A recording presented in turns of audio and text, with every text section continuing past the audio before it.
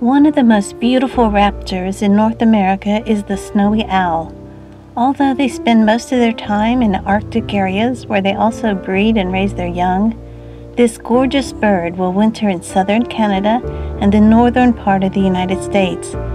This migration gives many people an opportunity to see this captivating creature. Because they do spend most of their life in areas that experience 24 hours of daylight, their vivid yellow eyes provide them with a sharp sense of sight in the daylight. They scour open fields and shorelines, spotting prey from very far distances. Although they have very small ear tufts that almost resemble little horns, their hearing is incredible. An owl can hear prey moving underneath the snow. It is not uncommon to find a snowy owl sitting on the ground for hours, watching for rodents, rabbits, and other small ground animals. Snowies, as they are often referred to, will also dine on seabirds, ducks, and geese. News locally here is a snowy owl. There's been a few spotted in Texas and a popular one in Odessa. A lot of good photographers are traveling across Texas and getting shots of this, but we thought we could do better. Yeah, I mean, it's really great that that one is there, and people who would normally never get to see that owl, which is a beautiful owl, you know, they have that opportunity to go and see it and photograph it. But for me, I'm going to be a little high maintenance and say I want a snowy owl in the snow. We're just not going to get much snow in Texas, so we're going to have to go somewhere where there's lots of snow and large numbers of snowy owls being reported right now. Yes. So where are we going? Well, I checked eBird, and there's some areas in New York, right near the New York-Canada border on Lake Ontario. And there's some snowy owls there. One report had 5 snowy owls in one location. I think we ought to go check that out. These owls are known to winter in the Great Lakes area of New York, Ohio, and Michigan. They also will winter in the northern plains and shorelines of the New England states.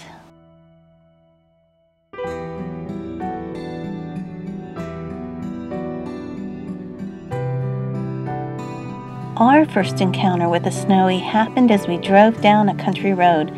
Suddenly, something very white and large took flight and flew silently across the field. We both gasped when we realized it was a snowy owl. If he hadn't taken flight, we may never have seen him.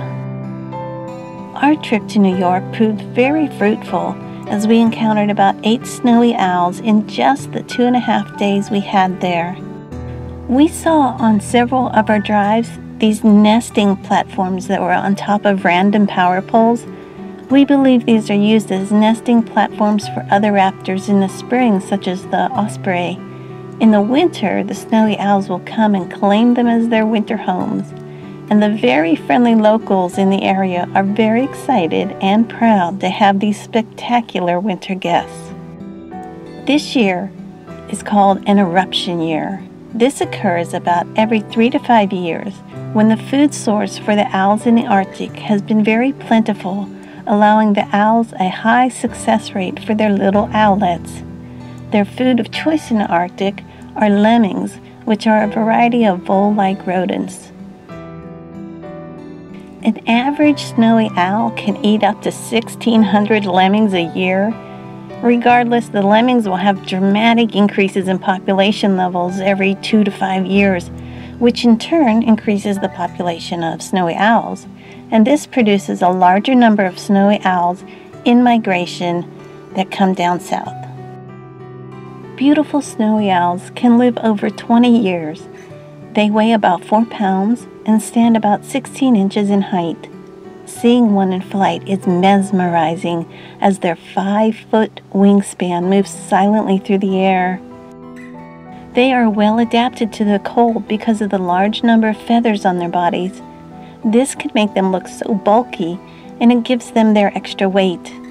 Without these feathers and fur around its talons, These owls would not survive the cold. A male snowy becomes whiter as it ages with little to no brown markings. The female and both male and female juveniles have brown to black bars and markings on their backs, their wings, and the head. The female has a notably higher pitched voice than the male snowy owl. Both male and female are normally not very vocal birds. However, they both make a barking, grunting sound.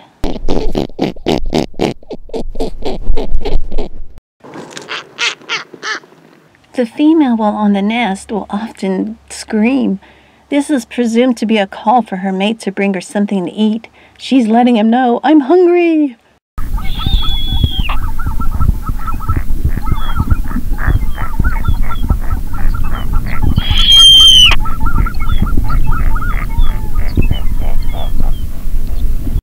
Once she is fed, a female may make a whistling, mewing call. She may also make this sound during breeding time when a male is presenting a courtship display. It is mostly the male owl that hoots, but both have a rapid, cackling call given at different times and sometimes in flight. They will also make a clacking sound by snapping their bill shut.